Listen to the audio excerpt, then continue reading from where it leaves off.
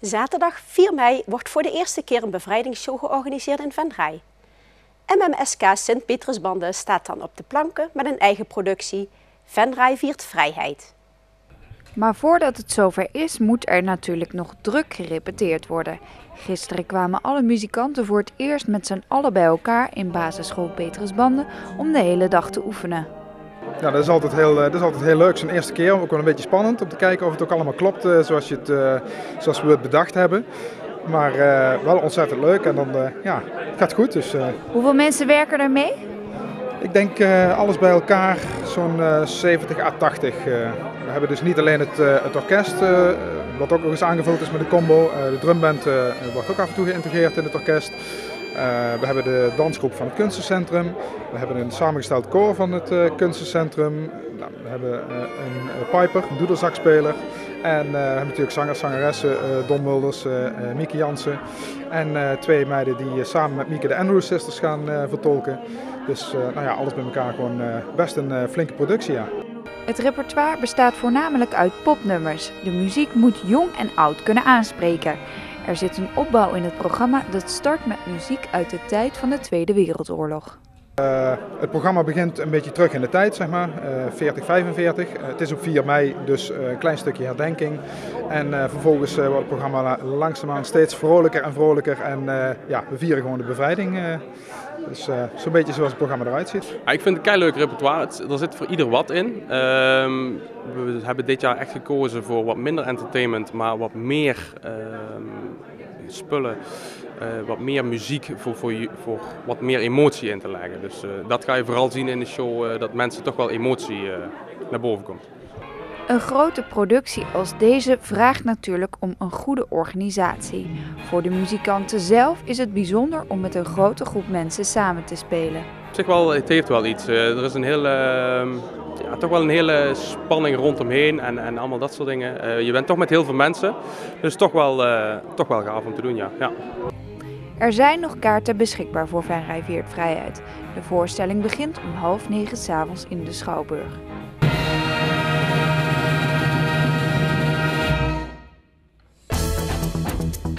Vrijdag 24 mei wordt in Veltum het Gerrit Lemmens Plantsoen onthuld. Het is een initiatief van de voormalige partij Lokaal Actief. Het plantsoen is een eerbetoon aan de op 26 augustus 2008 plotseling overleden politicus Lemmens. Gerrit was jarenlang politiek actief bij Lokaal Actief en heeft zich ingezet voor de gemeenschap.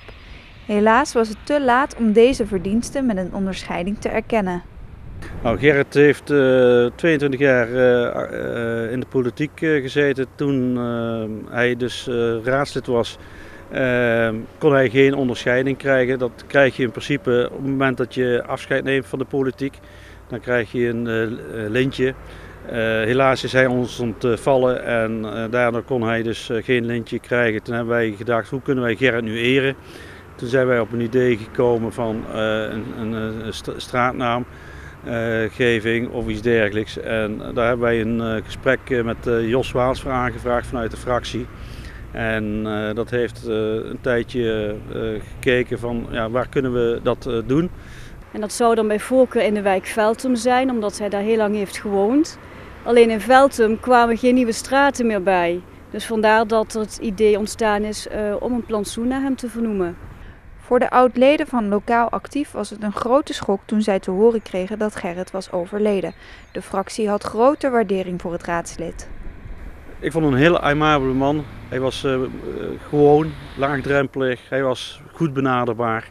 En ik vond het een echte leuke man. Gerrit was een hele warme persoonlijkheid die heel erg betrokken was bij de Venrayse samenleving en haar burgers. Het Gerrit Lemmens Plantsoen ligt bij de Veltumse kapel en is te zien vanaf de Langstraat. In het perkje worden een aantal dingen speciaal hiervoor geplaatst. Er komt een bankje te staan en daarbij wordt er een tulpenboom geplant. Waarom die tulpenboom? Dat was een boom waar hij heel veel van hield. Vrijdag 24 mei rond 4 uur 's middags wordt het Gerrit Lemmens Plantsoen officieel geopend door burgemeester Hans Gielissen. Samen met de leden van de voormalige partij, familieleden en andere geïnteresseerden wordt het naambord dan onthuld. Gisteren werd op het ROC Gildeopleidingen Venray het startschot gegeven aan het preventieprogramma Sociaal en Veilig OV. Dit is een lespakket dat gericht is op de verbetering van normen en waarden in het openbaar vervoer. De leerlingen op het ROC kregen een uitleg over het programma, maakten een busrit met 2 Veolia buschauffeurs en deden na afloop een spel met vragen over het openbaar vervoer. Ook enkele genodigden, waaronder wethouder Ike Busser en de openbaar vervoer gedeputeerde Patrick van den Broek, waren aanwezig bij het startschot. Het programma moet ervoor zorgen dat leerlingen meer rekening houden met anderen en meer respect hebben voor het personeel. En dit moet gaan zorgen voor een veiliger openbaar vervoer. Dat betekent overigens niet dat het op dit moment zeer slecht gesteld staat met de veiligheid in het Limburgse openbaar vervoer. Het staat gelukkig heel goed. We zijn 5 jaar geleden feitelijk begonnen met een extra veiligheidsprogramma. Dat heeft ook zijn vruchten afgeworpen. Het is aantoonbaar veiliger geworden in het openbaar vervoer. De veiligheidsbeleving is ook in Limburg hoger dan in de rest van het land. Dus ja, daar zijn we gewoon trots op dat we dat bereikt hebben samen met Veolia en met andere partners. Maar het kan natuurlijk altijd beter en daar werken we ook nu aan. En er zijn heel veel jongeren die in de bus zitten. En dus is het ook goed om die doelgroep nu met dit programma te benaderen. Nu waren we vandaag bij een ROC. Die jongeren zijn allemaal vanaf 16 jaar. Is dat niet wat laat om met zoiets te beginnen?